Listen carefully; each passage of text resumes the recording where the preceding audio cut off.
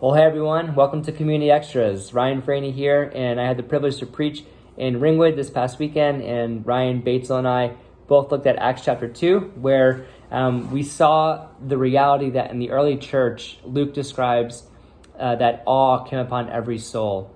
And we looked at awe and the reality of what awe is and some of the effects of awe. And we saw that awe, what Luke is talking about, is of fear of the Lord. That fear of the Lord came upon every soul. And the reality is, as Ryan talked about in his sermon, that when we walk in fear of the Lord, we are actually free from fear of anything else. And it frees us up to be about the things of God without the fear of the things around us. In Ringwood, I talked about how in Isaiah chapter 8, in his day, there's all of this fear and anxiety from this coming attack from an invading army, and the people are lost in conspiracy and anxiety and worry from what's going on around them. And the Lord speaks to the people through Isaiah saying, do not be afraid of all those things that's going on around you. Be afraid of me. Walk in the fear of the Lord, and you'll be okay.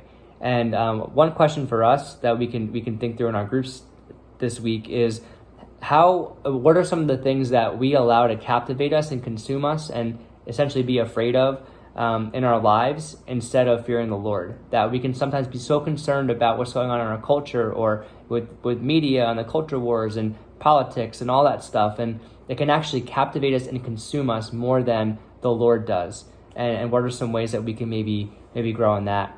And then we looked at, I know in Totowa, Ryan looked at how awe produces contentment and generosity and worship. In Ringwood, we focused more on contentment and worship.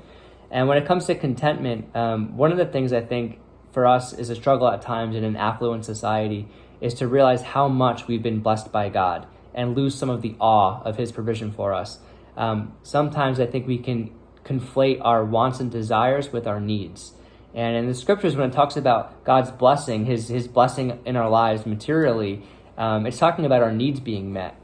And I think oftentimes we conflate our wants and desires with our needs. And so when our wants and desires aren't being met, we can walk in this discontentment and think that we're not blessed by God. And regardless of all of that, we're ultimately blessed because of what we have in the gospel, our salvation in Jesus. But what are some of the ways that we can walk in even more contentment and gratitude for all that we have? What are some of the wants and desires that we might conflate with needs that we can let go of and put in its proper perspective and walk in greater contentment and gratitude in the Lord?